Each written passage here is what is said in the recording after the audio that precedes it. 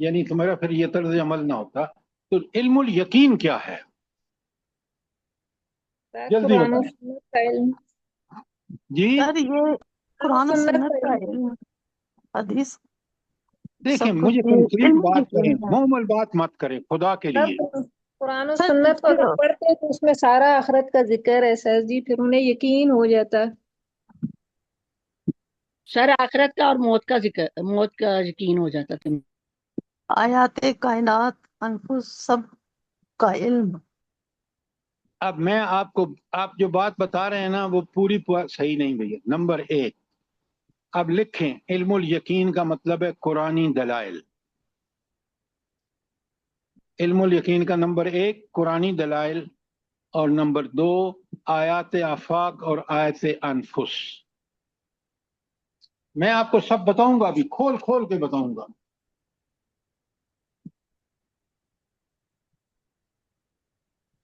قرآنی دلائل بتاتا ہوں تاکہ علم الیقین حاصل ہوتا ہے کس سے؟ یقینی علم، پکا سچا وہ علم حاصل ہوتا ہے قرآنی دلائل سے. اب سنیں، لکھیں سورہ مومنون آیت 115. میں پڑھ کے ترجمہ کر رہا ہوں اور آپ دیکھیں مومنون کے 115. افحسبتم انما خلقناکم عبثا وانکم الینا لا ترجعون، کیا تم نے یہ سمجھ رکھا ہے کہ ہم نے تمہیں فضول اور بے مقصد پیدا کیا اور تم ہماری طرف کبھی پلٹنا نہیں ہے؟ کیا بات ہے، کیا اللہ نے دلیل دی ہے کہ تم نے آنا ہے میرے پاس، حساب دینا ہے تم نے. یہ ہے وہ دلیل جو میرے اندر آخرت کا یقین پیدا کرتی ہے. سورہ قیامہ آیت 36 میں اللہ کہتے ہیں اَيَحْسَبُ الْإِنسَانُ أَن يُتْرَكَ سُدًى، کیا انسان نے یہ سمجھ رکھا ہے کہ وہ یوں ہی چھوڑ دیا جائے گا؟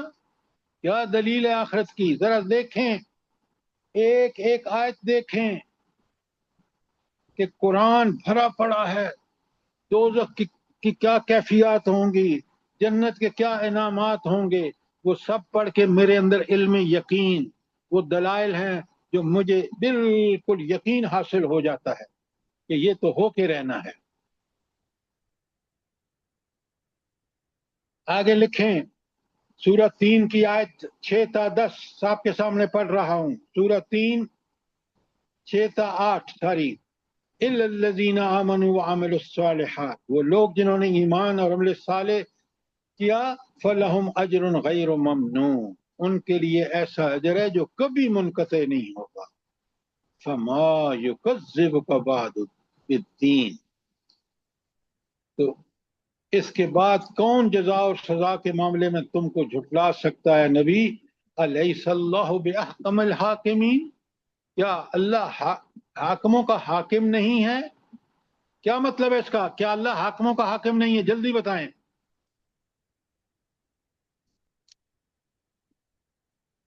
ہر چیز پر اسی کا اقتدار ہے.